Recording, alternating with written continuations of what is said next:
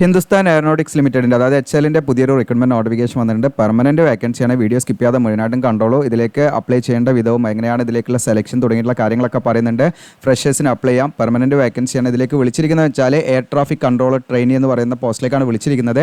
അപ്പോൾ ഇതിലേക്ക് നിങ്ങൾക്ക് ഇനിഷ്യലി എന്താണ് ട്രെയിനിങ് ഉണ്ടായിരിക്കും, ഒരു വർഷമായിരിക്കും ട്രെയിനിങ്. ആ ട്രെയിനിങ് സമയത്ത് തന്നെ മന്ത്ലി നിങ്ങൾക്ക് എന്താണ് 30,000 രൂപയും അത് മാത്രമല്ല നിങ്ങൾക്ക് എന്താണ് DAയും അതുപോലെ ക്യാൻറ്റീൻ അലവൻസും അതുപോലെ അത് കൂടാതെ നിങ്ങൾക്ക് അക്കോമഡേഷൻ ഫെസിലിറ്റി ഒക്കെ ഉണ്ടായിരിക്കും ഈ ട്രെയിനിങ് സമയത്ത്. ഒരു വർഷമാണ് ട്രെയിനിങ് ഉണ്ടാകുക. ആ ട്രെയിനിങ് കംപ്ലീറ്റ് ചെയ്ത് കഴിഞ്ഞാൽ നിങ്ങൾക്ക് 30,000 മുതൽ അതിൻ്റെ പേ സ്കെയിൽ വരുന്നത് കൂടെ കാണാം 1,20,000 ആണ്. എയറോഡ്രോം ഓഫീസർ എന്ന് പറയുന്ന പോസ്റ്റിലേക്കാണ് നിങ്ങളെ പെർമനൻ്റ് ആയിട്ട് അതിലേക്ക് പ്ലേസ് ചെയ്യുന്നത്. നിങ്ങൾക്ക് ഒരു വർഷത്തെ ട്രെയിനിങ് ഉണ്ടായിരിക്കുക. ചിലപ്പോൾ ഒരു വർഷം ഉണ്ടാകും, ചിലപ്പോൾ അതിൽ കുറവുണ്ടായിരിക്കാം. അത് അവർ തീരുമാനിക്കുന്ന രീതിയിൽ പോലാണ്. അപ്പോൾ അത് കഴിഞ്ഞാൽ നിങ്ങൾക്ക് ഒട്ടനവധി അലവൻസും കാര്യങ്ങളൊക്കെ ഉള്ള നല്ലൊരു പോസ്റ്റാണ്. അപ്പോൾ ഇതിലേക്ക് നിങ്ങൾക്ക് അപ്ലൈ ചെയ്യാൻ താല്പര്യം ഉണ്ടെങ്കിൽ വീഡിയോ സ്കിപ്പ് ചെയ്യാതെ മുഴുവനായിട്ടും കാണുക. നമ്മുടെ ചാനൽ നിങ്ങൾക്ക് യൂസ്ഫുൾ ആണെങ്കിൽ എന്ത് ചെയ്യുക, നിങ്ങൾ സബ്സ്ക്രൈബ് ചെയ്യുക. അതോടൊപ്പം നിങ്ങൾക്ക് നമ്മുടെ ചാനലിനെ സപ്പോർട്ട് ചെയ്യണമെങ്കിൽ ലൈക്ക് ചെയ്യുക. അതോടൊപ്പം തന്നെ നിങ്ങളുടെ കൂട്ടുകാരിലേക്ക് ഷെയർ ചെയ്ത് കൊടുക്കുകയും ചെയ്യുക. അപ്പോൾ നമുക്ക് നേരെ ഒഫീഷ്യൽ നോട്ടിഫിക്കേഷനിലേക്ക് വരാം. ഇതാണ് ഒഫീഷ്യൽ നോട്ടിഫിക്കേഷൻ, നിങ്ങളുടെ കാണാൻ പറ്റും. ഇത് നോട്ടിഫിക്കേഷൻ വന്നിരിക്കുന്നത് 25 സെപ്റ്റംബർ 2024 ഇതിലേക്ക് എങ്ങനെയാണ് ഓൺലൈനായിട്ട് അപ്ലൈ ചെയ്യേണ്ട കാര്യങ്ങളും പാടെ വിശദമാക്കുന്നുണ്ട്. അതുകൊണ്ട് നിങ്ങൾ വീഡിയോ സ്കിപ്പ് ചെയ്യാതെ തന്നെ മുഴുവനായിട്ട് ഇരുന്ന് കാണുക കേട്ടോ. ഓക്കെ, അപ്പോൾ അതെല്ലാം വിശദമാക്കുന്ന വീഡിയോ ആണ്. അപ്പോൾ ഇതിലേക്ക് നിങ്ങൾക്ക് ഇവിടെ കാണാൻ പറ്റും ഓൺലൈൻ അപേക്ഷയാണ് വിളിച്ചിരിക്കുന്നത്. എലിജിബിൾ ആയുള്ള ഉദ്യോഗാർത്ഥികൾക്ക് ഇതിലേക്ക് അപ്ലൈ ചെയ്യാം. എയർ ട്രാഫിക് കൺട്രോളർ ട്രെയിനീസ് എന്നാണ് അതിൻ്റെ ആ പോസ്റ്റിൻ്റെ പേര് വരുന്നത്. അപ്പോൾ അതിൽ തന്നെ നമുക്ക് ഈ പറയുന്നത് ജസ്റ്റ് വിളിച്ചിരിക്കുന്ന പോസ്റ്റിൻ്റെ പേരാണ് ഈ പറയുന്ന എയർപോർട്ട് സർവീസസ് സെൻട്രൽ ഡിവിഷൻ, ബാംഗ്ലൂരിലുള്ള എയർപോർട്ട് സർവീസസ് സെൻട്രൽ ഡിവിഷനിലേക്കും അതുപോലെ തന്നെ നാസിക്കിലുള്ള എയർക്രാഫ്റ്റ് ഡിവിഷനിലേക്കുമാണ് വേക്കൻസികൾ വന്നിരിക്കുന്നത്.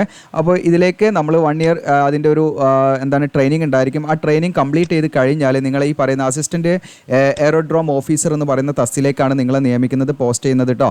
ഓക്കെ, അപ്പോൾ അതിൻ്റെ ഡീറ്റെയിൽ ആയുള്ള കാര്യങ്ങൾ കൂടെ പറഞ്ഞിട്ട് നമുക്ക് 9 വേക്കൻസി ആണുള്ളത്. വേക്കൻസിയുടെ എണ്ണം കൂടാനും കുറയാനൊക്കെ സാധ്യത. നിങ്ങൾ വേക്കൻസി നോക്കേ ചെയ്ത് നിങ്ങൾ എലിജിബിൾ ആണെങ്കിൽ മാക്സിമം ഒന്ന് ട്രൈ ചെയ്യുക. അപ്പോൾ ഇതിലേക്ക് നിങ്ങൾക്ക് SC കാൻഡിഡേറ്റ്സിന് ഒരു വേക്കൻസി, OBCക്ക് 3 വേക്കൻസി, ജനറലിന് 5 വേക്കൻസിയാണ്. ST കാൻഡിഡേറ്റ്സിനൊന്നും ഇതിൽ EWS കാൻഡിഡേറ്റ്സിനും ഇതിൽ റിസർവ്ഡ് വേക്കൻസി ഇല്ല. പക്ഷേ അവർ ജനറൽ വേക്കൻസി ആയിട്ടുള്ള 5 വേക്കൻസിയിലേക്ക് അവർക്കും അപ്ലൈ ചെയ്യാവുന്നതാണ്. ഇതിലേക്ക് 30,000 മുതൽ 1,20,000 പേ സ്കെയിൽ വരുന്നത്. അതോടൊപ്പം തന്നെ ഇതിൻ്റെ എഡ്യൂക്കേഷൻ ക്വാളിഫിക്കേഷനാണ് നമ്മൾ നോക്കുന്നത്. ഇനി ഇതിലേക്ക് നിങ്ങൾക്ക് ക്വാളിഫിക്കേഷൻ എന്ന് പറയുന്നത് നിങ്ങൾക്ക് BE or BTech ആണ് പറയുന്നത്. നിങ്ങൾക്ക് ഫുൾ ടൈം ആയിട്ട്, അതായത് +2 ശേഷം നിങ്ങൾ 4 വർഷം ഡ്യൂറേഷനിൽ നിങ്ങൾ പഠിച്ചവരായിരിക്കണം എന്നുള്ളതാണ്. അപ്പം ഏതൊക്കെ ഡിസിപ്ലിനിൽ കഴിഞ്ഞവർക്ക് ഇതിലേക്ക് അപ്ലൈ ചെയ്യാമെന്ന് വെച്ചാൽ ഫ്രഷേഴ്സ് ആണ് കേട്ടോ. യാതൊരുവിധ എക്സ്പീരിയൻസും വേണ്ട, നല്ലൊരു എൻട്രിയാണ്.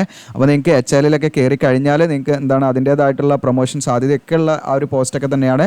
അപ്പോൾ നിങ്ങൾക്ക് ഇവിടെ കാണാൻ ഡിസിപ്ലിനും എലിജിബിൾ ബ്രാഞ്ചസും ഇവിടെ കൊടുത്തിട്ടുണ്ട്. ഇലക്ട്രിക്കൽ ഡിസിപ്ലിനിലേക്ക് നിങ്ങൾക്ക് ഇലക്ട്രിക്കൽ അല്ലെങ്കിൽ ഇലക്ട്രിക്കൽ ആൻഡ് ഇലക്ട്രോണിക്സ് അല്ലെങ്കിൽ ഇലക്ട്രിക്കൽ ആൻഡ് ഇൻസ്ട്രുമെൻറ്റേഷൻ ഈ പറഞ്ഞിരിക്കുന്ന ഏതെങ്കിലും ഡിസിപ്ലിൻ കഴിഞ്ഞവർക്ക് അപ്ലൈ ചെയ്യാം. ഇലക്ട്രോണിക്സിലേക്ക് ഇലക്ട്രോണിക്സ് അല്ലെങ്കിൽ electronics and communication, instrumentation control, instrumentation and electronics, applied electronics and instrumentation, electronics and instrumentation, അതുപോലെ ഇലക്ട്രോണിക്സ് ആൻഡ് ടെലി കമ്മ്യൂണിക്കേഷൻ ഈ പറഞ്ഞിരിക്കുന്ന ഏതെങ്കിലും എഞ്ചിനീയറിംഗ് ഡിസിപ്ലിനിൽ നിങ്ങൾ BE or BTech കംപ്ലീറ്റ് ചെയ്തവരാണെങ്കിൽ ഇതിലേക്ക് അപ്ലൈ ചെയ്യാം. അടുത്തത് കമ്പ്യൂട്ടർ സയൻസ് ആണ്. ഇതിലേക്ക് നിങ്ങൾക്ക് കമ്പ്യൂട്ടർ സയൻസിലോ അല്ലെങ്കിൽ കമ്പ്യൂട്ടർ എഞ്ചിനീയറിംഗിലോ അല്ലെങ്കിൽ കമ്പ്യൂട്ടർ സയൻസ് ആൻഡ് IT അല്ലെങ്കിൽ ഇൻഫർമേഷൻ ടെക്നോളജിയിലോ അല്ലെങ്കിൽ ഇൻഫർമേഷൻ സയൻസ് ആൻഡ് ടെക്നോളജിയിലോ കമ്പ്യൂട്ടർ സിസ്റ്റത്തിലോ ഇൻഫർമേഷൻ സിസ്റ്റത്തിലോ ഇൻഫർമേഷൻ സയൻസിലോ സോഫ്റ്റ്വെയർ എഞ്ചിനീയറിംഗിലോ കമ്പ്യൂട്ടർ ടെക്നോളജിയിലോ കമ്പ്യൂട്ടർ സയൻസ് ആൻഡ് എഞ്ചിനീയറിംഗിലോ ഈ പറഞ്ഞ ഏതെങ്കിലും ഡിസിപ്ലിനിൽ BE or BTech കഴിഞ്ഞിരിക്കുക എന്നുള്ളതാണ്. ഇനി ഇതിലേക്ക് നിശ്ചയമായുള്ള പെർസെൻറ്റേജ് കാര്യങ്ങളുണ്ട്, അതൊക്കെ ഞാൻ വിശദമാക്കാം. നിങ്ങൾ വീഡിയോ സ്കിപ്പ് ചെയ്യേണ്ട. ഇനി ഇതിൻ്റെ സെലക്ഷൻ പ്രോസസ്സാണ്. സെലക്ഷൻ പ്രോസസ്സ് പറഞ്ഞാൽ റിട്ടൺ ടെസ്റ്റ് ഉണ്ടായിരിക്കും, അതോടൊപ്പം സ്കിൽ ടെസ്റ്റ് ഉണ്ടായിരിക്കും.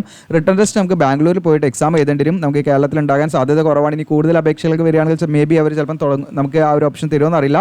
നിലവിൽ ബാംഗ്ലൂരിലാണ് അവിടെ കൊടുത്തിരിക്കുന്നത്. ഇനി റിട്ടൺ ടെസ്റ്റിൻ്റെ സ്കീം ഇവിടെ കൊടുക്കുന്നത് 136 മാർക്കിനുള്ള ക്വസ്റ്റ്യൻസ് ആണ് വരുന്നത്. അതായത് 2.5 മണിക്കൂർ നിങ്ങൾക്ക് ടൈം ഡ്യൂറേഷൻ ഉണ്ടായിരിക്കും. അതിൽ മൾട്ടിപ്പിൾ ചോയ്സ് ക്വസ്റ്റ്യൻ ആയിരിക്കും ഉണ്ടായിരിക്കുക. ഓക്കെ, അതോടൊപ്പം തന്നെ നിങ്ങൾക്ക് പാർട്ട് 1 ഉണ്ടായിരിക്കുക 17 മൾട്ടിപ്പിൾ ചോയ്സ് ക്വസ്റ്റ്യൻ ഈ പറയുന്ന ജനറൽ അവയർനെസ് ഉണ്ടായിരിക്കുക. പാർട്ട് 2 ഉണ്ടായിരിക്കുക 34 മൾട്ടിപ്പിൾ ചോയ്സ് ക്വസ്റ്റ്യൻ നിങ്ങൾക്ക് ഇംഗ്ലീഷ് ആൻഡ് റീസണിംഗ് ഉണ്ടായിരിക്കുക. പാർട്ട് 3 ഉണ്ടാകുന്നത് നിങ്ങൾക്ക് 85 മൾട്ടിപ്പിൾ ചോയ്സ് ക്വസ്റ്റ്യൻ നിങ്ങൾക്ക് ഈ പറയുന്ന നിങ്ങളുടെ ഡിസിപ്ലിൻ, അതായത് ഇലക്ട്രോണിക്സോ ഇലക്ട്രിക്കൽ ഏതാഴ്ച നിങ്ങളുടെ ഡിസിപ്ലിൻ ഏതാഴ്ചാൽ IT ഏതാഴ്ച നിങ്ങൾ അതുമായി ബന്ധപ്പെട്ടുള്ളതായിരിക്കും നിങ്ങൾക്ക് ഉണ്ടായിരിക്കുക എന്നുള്ളതാണ് നിങ്ങൾ മനസ്സിലാക്കേണ്ടത്. ഈ പറയുന്ന റിട്ടൺ എക്സാമിനേഷൻ്റെ മാർക്കിനെ അടിസ്ഥാനമാക്കി നിങ്ങൾക്ക് സ്കിൽ ടെസ്റ്റിലേക്ക് വിളിക്കുന്നതാണ്. സ്കിൽ ടെസ്റ്റ് നമുക്ക് അതിൻ്റെ സ്കീമോട് പറയേണ്ടത് നിങ്ങൾക്ക് 24 മാർക്കാണ്. ഇതിൽ നിങ്ങൾക്ക് പ്രധാനമായിട്ടും cognitive ability, psychomotor ability, sensory ability എന്ന് പറഞ്ഞിട്ട് ഇങ്ങനെ കുറച്ച് ടെസ്റ്റ് കാര്യങ്ങളൊക്കെ ഉണ്ടായിരിക്കുക. അതിൽ നമ്മൾ എന്ത് ചെയ്യണം, പാസ് ആവണം എന്നുള്ളതാണ്, ജസ്റ്റ് ക്വാളിഫൈ ചെയ്യണം എന്നുള്ളതാണ്. ഇനി ഇതിൻ്റെ പ്ലേസ്മെൻറ്റ് കാര്യങ്ങളൊക്കെ ഇതിൽ പറയുന്നുണ്ട്. അപ്പോൾ സെലക്ട് ആയി കഴിഞ്ഞാൽ നിങ്ങൾക്ക് ഈ പറയുന്ന ട്രെയിനിങ്ങും കാര്യങ്ങളൊക്കെ ഉണ്ടായിരിക്കും. അതിൽ നിങ്ങൾക്ക് ഈ സിവിൽ ഏവിയേഷൻ ട്രെയിനിങ് കോളേജ് അലഹാബാദിലോ അതല്ലെങ്കിൽ എയർഫോഴ്സ് അക്കാദമി നിങ്ങൾക്ക് ഇവിടെ കാണാം ഹൈദരാബാദിലോ അതല്ലെങ്കിൽ അവിടെയൊക്കെ ആയിരിക്കും എന്നുള്ളതാണ് നിങ്ങൾ മനസ്സിലാക്കേണ്ടത്. അതോടൊപ്പം തന്നെ ലൈവ് ട്രാഫിക് HAL എയർപോർട്ടിൽ വെച്ചിട്ടും ബാംഗ്ലൂർ നാസിക്കിൽ വെച്ചിട്ടൊക്കെ നിങ്ങൾക്ക് ഇതിൻ്റെ ഓൺ ദ ജോബ് ട്രെയിനിങ് എന്ന് പറയുന്ന സ്കീമിലും ട്രെയിനിങ് നിങ്ങൾക്ക് ലഭിക്കുന്നതാണെന്നുള്ളത് മനസ്സിലാക്കുക. ഒരു വർഷം അതിൽ കുറവോ അല്ലെങ്കിൽ ഒരു വർഷമോ കൂടുതലൊക്കെ ആയിരിക്കും, അത് അവർ മേ ബി ഡിസൈഡ് ചെയ്യുന്ന പോലെ ആയിരിക്കും. പിന്നെ ഞാൻ പറഞ്ഞു ട്രെയിനിങ് ഡ്യൂറേഷനിൽ 30,000 പെർ മന്ത് നമുക്ക് സ്റ്റൈപ്പൻഡ് ആയിട്ട് ലഭിക്കും. അതോടൊപ്പം DA, ക്യാൻറ്റീൻ അലവൻസ്, ഓക്കെ, അത് കൂടാതെ നമുക്ക് അക്കോമഡേഷൻ ഫെസിലിറ്റി ഇതെല്ലാം നമുക്ക് എന്ത് ചെയ്യും കമ്പനി ഈ പറയുന്ന HL നമുക്ക് നൽകുന്നുള്ളതാണ്. അപ്പോൾ സക്സസ്ഫുള്ളി നമ്മൾ കംപ്ലീറ്റ് ചെയ്താൽ ട്രെയിനിങ് കംപ്ലീറ്റ് ചെയ്താൽ 30,000 മുതൽ 1,20,000 വരെയുള്ള സ്കെയിലേക്ക് നമ്മളെ എന്ത് ചെയ്യും പ്ലേസ് ചെയ്യും. അത് ഈ പറയുന്ന പോസ്റ്റാണ്, നമ്മുടെ പോസ്റ്റ് നെയിം ഇങ്ങനെയാണ് വരിക, അസിസ്റ്റൻറ്റ് എയറോഡ്രോം ഓഫീസർ എന്ന് പറയുന്ന പോസ്റ്റിലേക്കാണ് നമ്മൾ പ്ലേസ് ചെയ്യുന്നത്. പിന്നെ ഒട്ടനവധി അലവൻസ് നിങ്ങൾക്ക് ഉണ്ടായിരിക്കും. നിങ്ങൾ ആ പോസ്റ്റിലേക്ക് വന്നു കഴിഞ്ഞാലും കൂടെ കാണാം ഹൗസ് റെൻ്റ് അലവൻസും ക്യാൻറ്റീൻ അലവൻസും അതുപോലെ മറ്റു ഒട്ടനവധി നിങ്ങൾക്ക് DA അതുപോലെ അങ്ങനെയുള്ള സാധനങ്ങളൊക്കെ നിങ്ങൾക്ക് അതിൻ്റെ കൂടെ ഉണ്ടായിരിക്കും. ഈ പറയുന്ന മെഡിക്കൽ ഫെസിലിറ്റീസും ലീവും പ്രൊവിഡൻറ്റ് ഫണ്ടും ഗ്രാറ്റുവിറ്റിയും ഒരുപാട് സംഭവങ്ങൾ നിങ്ങൾക്ക് അതിൻ്റെ കൂടെ ഉണ്ടായിരിക്കും കേട്ടോ. ഓക്കെ, ഇനി ഇതിലേക്ക് നിങ്ങൾക്ക് നിശ്ചിതമായുള്ള പേഴ്സൻറ്റേജ് വേണം. അതായത് നമ്മുടെ BA or BTech നിങ്ങൾക്ക് ഈ പറയുന്ന പേഴ്സൻറ്റേജ് ഉണ്ടായിരിക്കണം കേട്ടോ. അതായത് ഇപ്പോൾ ജനറൽ OBC കാൻഡിഡേറ്റ്സ് ആണെങ്കിൽ 70% മാർക്ക് അവർക്ക് ഉണ്ടായിരിക്കണം. അഗ്രിഗേറ്റഡ് ആയിട്ടുള്ള ആ ഒരു പേഴ്സൻറ്റേജ് ആണ് ഇവിടെ പറയുന്നത്. നമ്മൾ ഈ പറയുന്ന എല്ലാ സെമസ്റ്ററിൻ്റെയും അവിടെ കൂട്ടിയിട്ട് അല്ലെങ്കിൽ എല്ലാ ഇയറിൻ്റെയും അവിടെ കൂട്ടിയിട്ട് ടോട്ടൽ 70% മിനിമം മാർക്ക് ഉണ്ടായിരിക്കണം അതിലേക്ക് അപ്ലൈ ചെയ്യണമെങ്കിൽ. SC PWD കാൻഡിഡേറ്റ്സ് ആണെങ്കിൽ അവർക്ക് 60% മാർക്കുള്ളവർക്കും ഇതിലേക്ക് അപ്ലൈ ചെയ്യാം കേട്ടോ. അപ്പോൾ ഇത് നിർബന്ധമാണ്. നിങ്ങൾ ഇത്തരം ഈ ഒരു പേഴ്സൻറ്റേജ് ഉണ്ടോ നോക്കിയിട്ട് നിങ്ങൾ എന്ത് ചെയ്യുക, നിങ്ങൾ ചെയ്യാം. അടുത്തത് ഏജ് ലിമിറ്റ് ആണ്. ഏജ് ലിമിറ്റ് എന്ന് പറയുന്നത് നിങ്ങൾക്ക് 28 വയസ്സാണ് കണക്കാക്കുന്ന. മാക്സിമം ഏജ് ലിമിറ്റ് 16/10/2024 കണക്കാക്കിയിട്ട് ജനറൽ കാൻഡിഡേറ്റ്സിൻ്റെ ഏജ് ആണ് ഇവിടെ പറയുന്നത്. 28 കഴിയാൻ പാടില്ല. അപ്പോൾ ഏജിലൊക്കെ നിങ്ങൾക്ക് എന്തെങ്കിലും ഡൗട്ട് ഉണ്ട്, നമ്മുടെ സൈറ്റിൽ നിങ്ങൾക്ക് ഇതാ ഈസി ടൂൾ ഉണ്ട്. ഈസി ടൂളിൽ ക്ലിക്ക് ചെയ്ത് കഴിഞ്ഞാൽ നിങ്ങൾക്ക് ഏജ് കാൽക്കുലേറ്റ് ചെയ്യാനുള്ള പേജ് ഒരുപാടാണ്. ഏജ് കാൽക്കുലേറ്റർ യൂസ് ചെയ്ത് നിങ്ങളുടെ ഏജ് കണക്കാക്കാവുന്നതാണ്. പിന്നെ ഇതുമായി ബന്ധപ്പെട്ട് എക്സ്ട്രാ കൂടുതൽ ഡൗട്ടോ കാര്യങ്ങളൊക്കെ ഉണ്ട്, നിങ്ങൾക്ക് എന്ത് ചെയ്യാം, നമ്മളെ കോൺടാക്ട് ചെയ്യാവുന്ന ഡയറക്റ്റ് കോൺടാക്ട് ലിങ്ക് നിങ്ങൾക്കത് ട്രൈ ചെയ്യാവുന്നതാണ്. ഇനി ഇവിടെ നിങ്ങൾക്ക് ഇവിടെ കാണാം, ഇതിൽ SC ST കാൻഡിഡേറ്റ്സ് ഒക്കെ ആണെങ്കിൽ അവർക്ക് ഈ പറയുന്ന ഏജ് റിലാക്സേഷൻ ഉണ്ടായിരിക്കും. പക്ഷേ SC ST കാൻഡിഡേറ്റ്സ് ജനറൽ വാക്കൻസിയിലേക്ക് അപ്ലൈ ചെയ്യുകയാണെങ്കിൽ അവർക്ക് ഏജ് റിലാക്സേഷൻ ഒന്നും കിട്ടൂല കേട്ടോ. അല്ലാതെ SC വാക്കൻസിയിലേക്ക് അപ്ലൈ ആണെങ്കിൽ 5 വർഷം ഏജ് റിലാക്സേഷൻ ഉണ്ടായിരിക്കും. അതായത് 33 വയസ്സ് വരെ അവർക്ക് അപ്ലൈ ചെയ്യാം. OBC വാക്കൻസിയിലേക്ക് OBC കാൻഡിഡേറ്റ്സ് അപ്ലൈ ചെയ്യുകയാണെങ്കിൽ അവർക്ക് റിസർവേഷൻ ലഭിക്കും. അതുപോലെ റിലാക്സേഷൻ ഉണ്ടായിരിക്കും. അവർക്ക് ഈ പറയുന്ന 31 വയസ്സ് വരെയും അപ്ലൈ ചെയ്യാവുന്നതാണ് കേട്ടോ. PWD കാൻഡിഡേറ്റ്സിന് 10 മുതൽ 15 വർഷം വരെ അവർക്കും ഈ നിശ്ചിതമായുള്ള ഏജ് റിലാക്സേഷൻ ായിരിക്കുന്നതാണ്. ഇനി ഇവിടെ ഇതിൻ്റെ അപ്ലിക്കേഷൻ ഫീ ആണ് നമ്മൾ പറയുന്നത്. 500 രൂപയാണ് അപേക്ഷാ ഫീസായിട്ട് വരുന്നത്. എന്നാൽ SC ST PWD അതുപോലെ ഇന്റേണൽ കാൻഡിഡേറ്റ്സ് ആണെങ്കിൽ HL നിലവിൽ വർക്ക് ചെയ്യുന്നവരാണ് കേട്ടോ, അവർക്കും ഫീ ഇല്ല. അപ്പോൾ HL നിലവിൽ നിങ്ങൾക്ക് ഏതെങ്കിലും കോൺട്രാക്ട് ബേസിലൊക്കെ വർക്ക് ചെയ്യുന്നവരുണ്ടെങ്കിൽ അവർക്കും ഇതിലേക്ക് അപ്ലൈ ചെയ്യാം ഓൺലൈനായിട്ട് തന്നെ. അപ്പോൾ അതിൻ്റെ അവർക്ക് നിശ്ചയമുള്ള ഒരു പ്രിഫറൻസും കാര്യങ്ങളൊക്കെ കിട്ടാനും സാധ്യത ഉണ്ട്. അവർക്ക് ഇതന്നെ ഒരു അഡ്വാൻറ്റേജ് ആണ്, യാതൊരു ഫീസും കൊടുക്കേണ്ട എന്നുള്ളത് തന്നെ നമുക്ക് കിട്ടുന്നൊരു ബെനിഫിറ്റ് ആണ്. അപ്പോൾ അതൊക്കെ നിങ്ങൾ മനസ്സിലാക്കുക. ഓക്കെ, അപ്പോൾ ഇതിലേക്ക് നമ്മൾ ഓൺലൈനായിട്ടാണ് ഫീ അടയ്ക്കേണ്ടത്. രജിസ്ട്രേഷൻ പ്രോസസ്സിൽ വരുന്നത് നിങ്ങൾക്ക് വാലിഡ് ആയുള്ള ഇമെയിൽ ഐഡിയും അതുപോലെ മൊബൈൽ നമ്പറൊക്കെ ഉണ്ടായിരിക്കണം എന്നുള്ളതാണ്. പിന്നെ എഡ്യൂക്കേഷൻ ഡീറ്റെയിൽസ് ആയിട്ടുള്ള എല്ലാ സെമസ്റ്ററിൻ്റെ മാർക്കും അതിൻ്റെ എല്ലാ സോഫ്റ്റ് കോപ്പിയും 10ാം ക്ലാസ്സിൻ്റെ സർട്ടിഫിക്കറ്റിൻ്റെ സോഫ്റ്റ് കോപ്പി എന്ന് പറഞ്ഞാൽ നമ്മൾ സ്കാൻ ചെയ്ത കോപ്പീസ് എല്ലാം JPG ഫോമാറ്റിൽ നമ്മൾ മിനിമം, അതായത് ഈ പറയുന്ന 150 KB കൂടാൻ പാടില്ല. ഓക്കെ, മാക്സിമം 150 KB ആണ് ഫയൽ സൈസ് വേണ്ടത്. ആ രീതിയിലേക്ക് നമ്മളത് കൺവേർട്ട് ചെയ്തിട്ട് നമ്മൾ റെഡിയാക്കി വെക്കണം. അതൊക്കെ ഡോക്യുമെൻറ്റ്സ് ഒക്കെ അപ്ലോഡ് ചെയ്യണം ഓൺലൈനായിട്ട് അപ്ലൈ ചെയ്യുന്ന സമയത്ത്. അപ്പോൾ ഓൺലൈനായിട്ട് അപ്ലൈ ചെയ്യേണ്ട ഡേറ്റ് 25 സെപ്റ്റംബർ മുതൽ നിങ്ങൾക്ക് 16 ഒക്ടോബർ വരെ നിങ്ങൾക്ക് അപ്ലൈ ചെയ്യാനുള്ള സമയമുണ്ട്. ഇനി ഇതിൻ്റെ ഏകദേശം ഡേറ്റുകളൂടെ കൊടുത്തിട്ടുണ്ട്. ഓൺലൈൻ രജിസ്ട്രേഷൻ ഞാൻ പറഞ്ഞു 25 സെപ്റ്റംബർ മുതൽ നിങ്ങൾക്ക് ഒക്ടോബർ 16 വരെ അപ്ലൈ ചെയ്യാം. അതുപോലെ ഈ പറയുന്ന റിട്ടൺ ടെസ്റ്റിൻ്റെ ഈ അഡ്മിറ്റ് കാർഡ് നിങ്ങൾക്ക് ഡൗൺലോഡ് ചെയ്യാനുള്ള ടൈം എന്ന് പറയുന്നത് 9/11. ഈ ഡേറ്റ് നിങ്ങൾ പ്രത്യേകം ശ്രദ്ധിച്ചു വെക്കുക. 9/11 റിട്ടൺ ടെസ്റ്റ്. 24/11 പെട്ടെന്ന് തന്നെ എക്സാം ഉണ്ടായിരിക്കും. പിന്നെ റിട്ടൺ ടെസ്റ്റിൻ്റെ റിസൾട്ട് ഡിക്ലെയർ ചെയ്യുന്നത് 26, 2 ദിവസം കഴിഞ്ഞാൽ റിസൾട്ടും വരും എന്നുള്ളതാണ് നിങ്ങൾ മനസ്സിലാക്കേണ്ടത്. അപ്പോൾ ഈ ഡേറ്റുകൾ പ്രത്യേകം ഒന്ന് നോട്ട് ചെയ്ത് വെക്കുക. പിന്നെ ഇതിൻ്റെ സ്കിൽ ടെസ്റ്റിൻ്റെ കോൾ ലെറ്റർ വരുന്നത് 2-12 ഡിസംബറിൽ ആയിരിക്കും എന്നുള്ളതാണ് നിങ്ങൾ മനസ്സിലാക്കേണ്ടത്. അതിൻ്റെ സ്കിൽ ടെസ്റ്റും ഡോക്യുമെൻറ്റ് വെരിഫിക്കേഷൻ നമുക്ക് വരുന്നത് 16/12 മുതൽ 17/12 വരെ ആയിരിക്കും ഏകദേശം.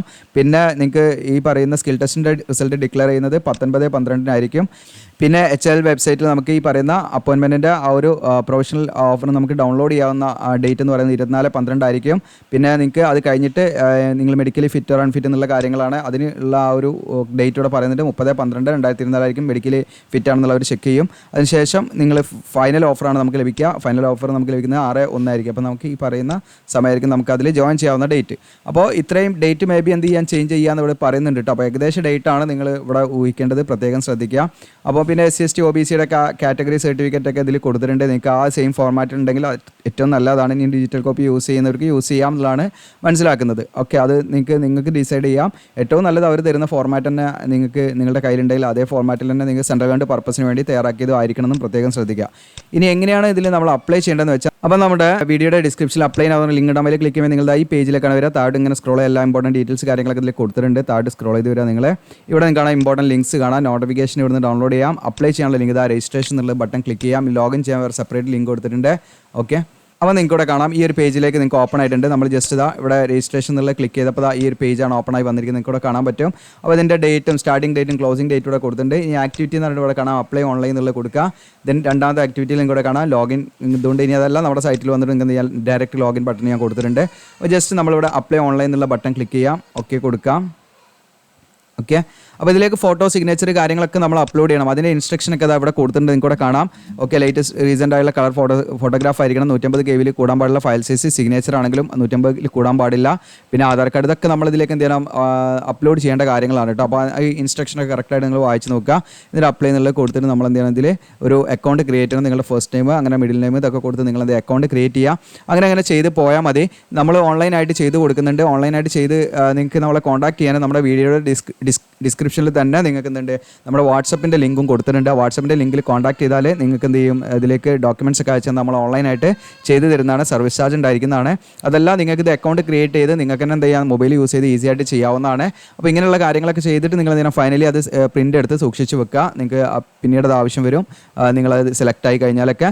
അപ്പോൾ അത് പ്രത്യേകം നിങ്ങൾ ശ്രദ്ധിക്കുക. അപ്പം ഇത് ഓൺലൈനായിട്ട് നമ്മൾ ചെയ്യുന്ന വീഡിയോസ് ചെയ്യണമെങ്കിൽ, എങ്ങനെയാണ് അപ്ലൈ ചെയ്യുന്ന വീഡിയോ ചെയ്യണമെങ്കിൽ നിങ്ങൾ നല്ല രീതിയിൽ കമൻറ്റ് ചെയ്യുകയാണെങ്കിൽ, കൂടുതൽ ആളുകൾ ആവശ്യപ്പെടുകയാണെങ്കിൽ നമ്മളത് ചെയ്യാം. ഓക്കെ, അതല്ല കുറച്ച് പേർക്കൊക്കെ വേണ്ടി നമ്മൾ ഒരുപാട് ടൈം അതിലിരിക്കണം. നിങ്ങൾക്കറിയാലോ, റെക്കോർഡ് ചെയ്ത് നമ്മളത് അപ്ലോഡ് ചെയ്ത് ഒരുപാട് വലിയൊരു ടൈം നമ്മളതിൽ വലിയ രീതിയിൽ എന്ത് ചെയ്യണം, ടൈം ഇൻവെസ്റ്റ് ചെയ്യണം. അതുകൊണ്ട് തന്നെയാണ് ഞാനത് എല്ലാത്തിലും അത് ചെയ്യാനിപ്പം നമുക്കൊരു പ്രയാസമുണ്ട്. കാരണം വ്യൂസ് വളരെ കുറവാണ്, ലെങ്ത് കൂടുതലാണെന്നൊക്കെ പറഞ്ഞിട്ട്. അപ്പോൾ അതുകൊണ്ട് തന്നെ നിങ്ങൾ കമൻറ്റ് ചെയ്യുകയാണെങ്കിൽ നമ്മളത് ഇട്ടരാവുന്നതാണ്. എങ്ങനെയാണ് ചെയ്യേണ്ടതെന്നുള്ള കറക്റ്റായിട്ട് കാര്യങ്ങളൊക്കെ പറഞ്ഞുതരാവുന്നതാണ്. ഓക്കെ, അപ്പോൾ ഇത് മാക്സിമം നിങ്ങളുടെ കൂട്ടുകാരിലേക്ക് ഒന്ന് ഷെയർ ചെയ്യുക. നിങ്ങൾക്ക് താല്പര്യം ഉണ്ടെങ്കിൽ, നിങ്ങൾക്ക് എന്ത് ചെയ്യുക, ഇഷ്ടപ്പെട്ടിട്ടുണ്ടെങ്കിൽ ലൈക്ക് ചെയ്യാൻ മറക്കണ്ട. Okay, thank you.